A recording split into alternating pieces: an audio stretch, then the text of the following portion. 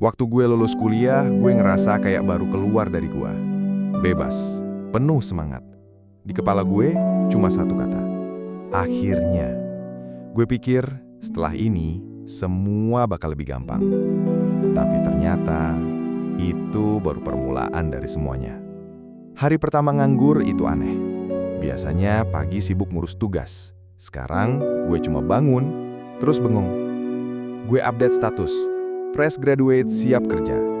Tapi nggak ada yang nyaut. Nggak ada yang nanya.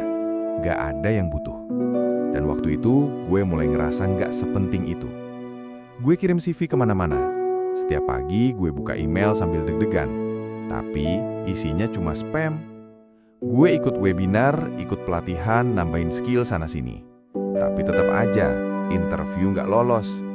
Dan makin lama gue mulai mikir, apa gue terlalu biasa-biasa aja? Gue lihat teman-teman mulai kerja. Ada yang kerja di luar negeri, ada yang bikin bisnis, ada yang nikah. Gue masih duduk di depan laptop, nonton video motivasi sambil nahan air mata. Gue mulai malu, gak cuma ke orang lain, tapi ke diri sendiri. Gue ngerasa gagal, padahal baru mulai. Yang bikin lebih nyesek, bukan kegagalannya. Tapi, waktu gue cerita ke orang, mereka cuma bilang, sabar ya, mungkin belum rezeki. Padahal, gue nggak butuh dikasihani. Gue cuma pengen ada yang bilang, ya, ini emang berat, tapi kamu nggak sendirian. Sampai suatu hari, gue beneran capek. Bukan cuma capek fisik, tapi capek mikir tentang hidup yang nggak jelas arahnya. Gue nutup laptop, keluar kamar dan jalan kaki keliling kompleks. Gue lihat warung kecil di pojok yang dari dulu masih berdiri. Ada ibu-ibu senyum sambil melayani, ada bapak-bapak duduk ngopi. Gue diem, terus mikir.